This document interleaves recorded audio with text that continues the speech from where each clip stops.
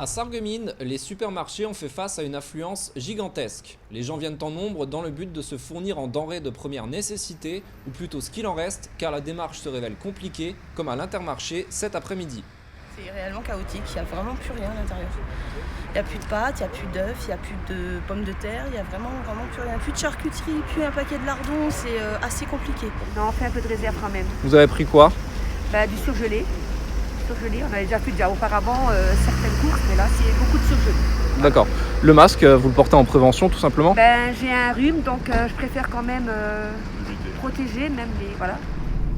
Au Cora, c'est la même histoire, on vient faire des réserves dans l'appréhension d'un très probable confinement. Là aussi, certains portent des masques par souci sanitaire. C'est vos courses normales ça, ou est-ce que vous avez fait des réserves aujourd'hui? C'est déjà ma deuxième réserve. C'est votre deuxième réserve? Oui, c'est la deuxième réserve. Vous appréhendez la semaine qui vient en fait? Oui, on ne sait jamais ce qui nous attend, donc il faut quand même prendre, parce qu'il y a partout, tout diminue, donc on ne sait pas ce que ça va donner, alors il faut quand même prendre ses précautions, quoi. Le pic va monter, et puis bon, il y aura des confinements à respecter, et puis si tout le monde y met un peu du sien, ça devrait se passer.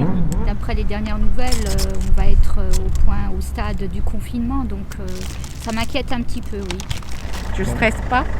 Il n'y a pas de raison. Si j'ai un masque, c'est parce que je suis malade, j'ai une bronchite, j'ai une maladie neurologique, donc avec dilatation de bronche. Donc c'est pour ça que j'essaye, moi, de ne pas refiler.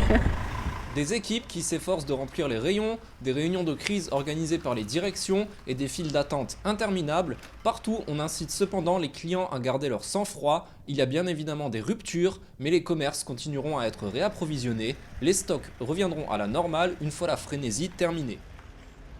Devant les pharmacies, en zone commerciale ou au centre-ville, là aussi, on patiente. Les clients rentrent à tour de rôle. Certains comptent patienter presque 1 heure.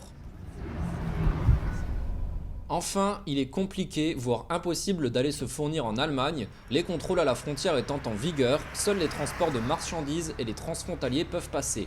Ici, à Großbiedersdorf, beaucoup font demi-tour. Nous vous incitons à respecter les consignes de nos voisins qui limitent les traversées au strict nécessaire.